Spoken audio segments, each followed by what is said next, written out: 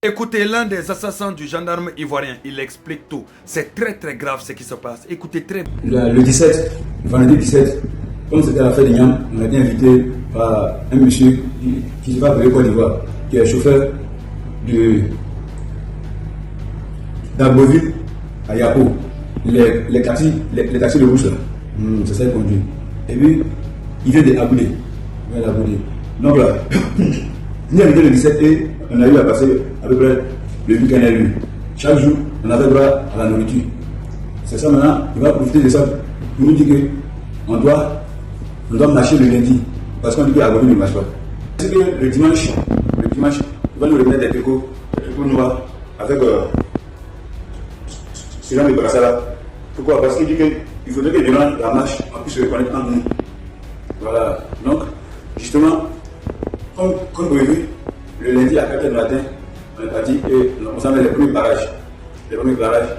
Mais à un moment, il y a vu que dans ce milieu, où c'était là, il y a d'autres qui avaient les bois, les machettes, même des calages, tout ça. Bon, les différents barrages qu'on avait mis, il y a les voitures qui sont mis ça beaucoup. C'est que la majorité, ce sont les voitures de transport. Il y a eu 3 cas d'SVTA, des pick-up, et puis un câble aussi, qui est venu cogner, barrage qu'on a mis là. Parce que c'était les trucs qu'on fait quoi là. Qu'on appelle ça là. Du façon là. Voilà, c'est ça pour barrer le goudron. Et maintenant, on voulait descendre tous les passagers remplis. Tu veux, tu dois descendre parce que tu dois marcher jusqu'à Bové. C'est-à-dire quitter là entre Yapo et Makouni à Bové ici. Et tu dois chanter non au 4e mandat.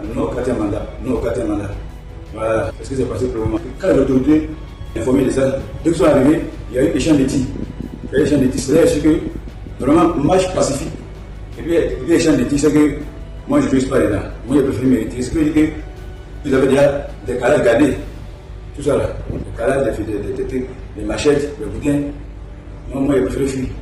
Voilà, il y a eu des échanges de tirs avec les autorités. C'est-à-dire, lorsque la gendarmerie est arrivée pour pas mettre de l'autre, c'est là que nous avons commencé à maintenant échanger de tirs entre les deux groupes. Non seulement lui, il pensait aller faire des marches pacifiques, il s'est retrouvé avec des gens armés de Kalachnikov, de gourdins et de machettes. Et ils les ont gardés 2 jours en leur donnant de la nourriture. Mais aussi, pendant la marche, ce n'étaient pas des manifestants. C'était des gens qui faisaient leur voyage, qu'ils arrêtaient au niveau des cartes et qu'ils faisaient courir et les faisaient chanter non au 4e mandat jusqu'à Agoville, le reste du chemin. C'est très grave. Ensuite de ça, il se retrouve dans un échange de tirs face aux autorités.